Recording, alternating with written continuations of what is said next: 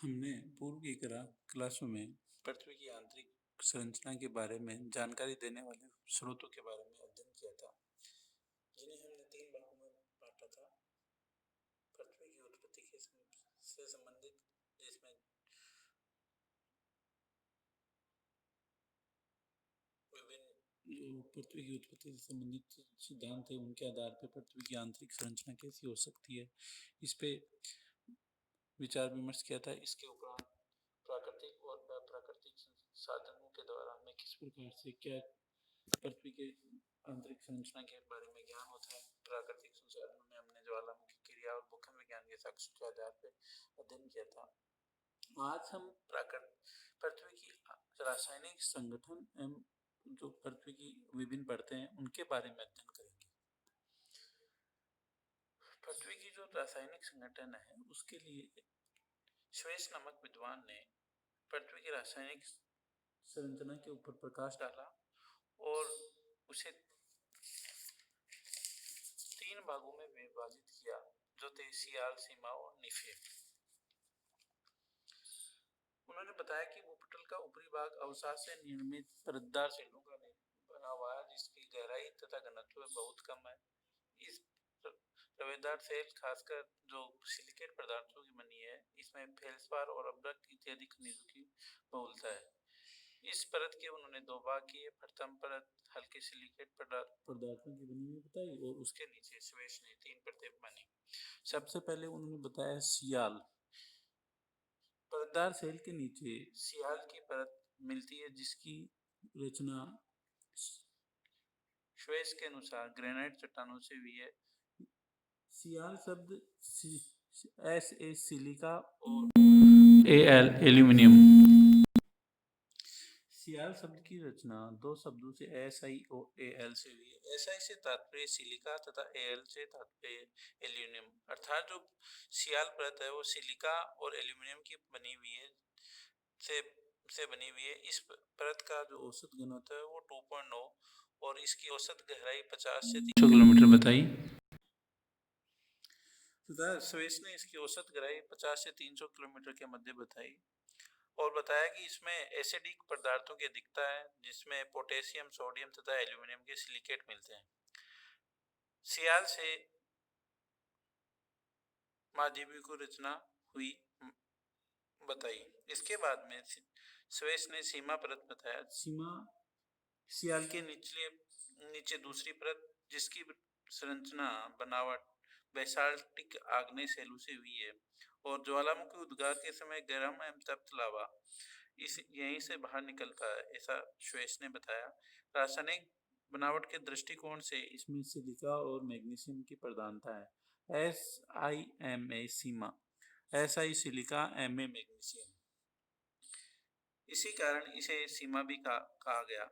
इस परत का औसत घनत्व 2.9 से 4.7 है तथा इसकी गहराई 1000 से 2000 किलोमीटर के मध्य है। इस परत में सारी पदार्थों की अधिकता होती है, जिसमें मैग्नीशियम, कैल्शियम एवं लोहे के सिलिकेट बहुतायत में मिलते हैं। इसके उपरांत तीसरी परत, जिसे उन्होंने निफे कहा, निफे सीमा के नीचे पृथ्वी की तीसरी तथा अंतिम परत है और इसका निफे नामकरण निकिल और फेरियम धातु के कारण हुआ। ये परत कठोर धातुओं की बनी हुई है। इसका घनत्व 11 से अधिक है और गहराई 6880 किलोमीटर के लगभग। फेरियम लोहे का रूप होता है। इस प्रकार पृथ्वी के अंतरतम में लोहे की उपस्थिति से यह ज्ञात होता है कि पृथ्वी में एक चुंबकीय शक्ति है। इससे पृथ्वी की स्थिरता भी प्रमाणित होती है। आगे विभिन्न विद्वानों ने पृथ्वी की विभिन्न परतों की मोटाई तथा गहराई के संदर्भ में अपने विचार प्रकट किए, जिनमें डॉली ने पृथ्वी के आंतरिक भाग में 3 परतें बताई। बाहरी परत जो कि सिलिकेट पदार्थों की बनी हुई है, जिसका औसत घनत्व 3 है और मोटाई 1600 किलोमीटर। मध्यवर्ती परत, बाहरी परत के नीचे तथा केंद्रीय भाग के ऊपर एक मध्यवर्ती परत मिलती है, जिसकी रचना लोहे एवं सिलिकेट से हुई। औसत घनत्व 4.5 से 9 तक और औसत मोटाई 1280 किलोमीटर डॉली ने बताई। और केंद्रीय भाग, मध्यवर्ती परत के नीचे पृथ्वी की अंतिम तथा तीसरी परत केंद्रीय ठोस भाग के रूप में है, जो कि लोहे की बनी हुई है और घनत्व 11.6 और व्यास उन्होंने 7400 किलोमीटर 40 किलोमीटर बताया।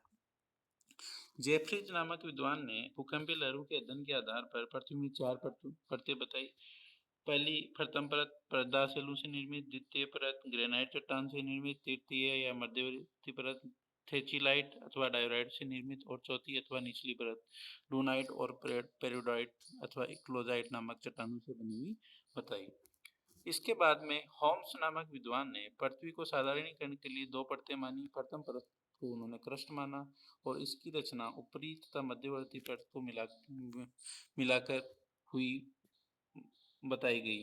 इसमें संपूर्ण सियाल तथा सीमा का ऊपरी भाग उन्होंने सम्मिलित माना। दूसरी परत को उन्होंने सबस्ट्रेटम कहा, अर्थात अधः स्तर। इसका निर्माण सीमा के निचले भाग से हुआ तथा उन्होंने बताया कि महाद्वीपों के नीचे सियाल की गहराई को विभिन्न साधनों एवं प्रमाणों के आधार पर निम्न रूपों में बताया। तापीय तर्कों द्वारा उन्होंने कहा कि महाद्वीपों के नीचे सियाल की गहराई 20 किलोमीटर तक या कम, दरातीय लहरों के आधार पर 15 किलोमीटर से अधिक, अनुदैर्ध्य अथवा तापीय लहरों के आधार पर 20 से 30 किलोमीटर के बीच और सबसे गहरी भूसंतति के आधार पर 20 किलोमीटर से अधिक गहराई की बताई। इसके अलावा वांडरग्राट ने मुख्य रूप से पृथ्वी में 4 परतें बताई, जो ऊपरी क्रस्ट, आंतरिक सिलिकेट तथा मेंटिल सिलिकेट तथा मिश्रित धातुओं की और धातु के अंदर। इस प्रकार हम देखते हैं कि पृथ्वी की विभिन्न परतों और उनकी गहराई के विषय में पर्याप्त मतभेद है।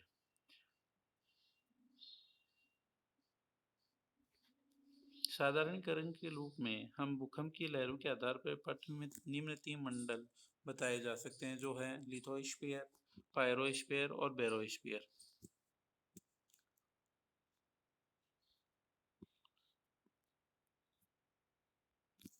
लिथोस्फीयर की गहराई 100 किलोमीटर मानी गई।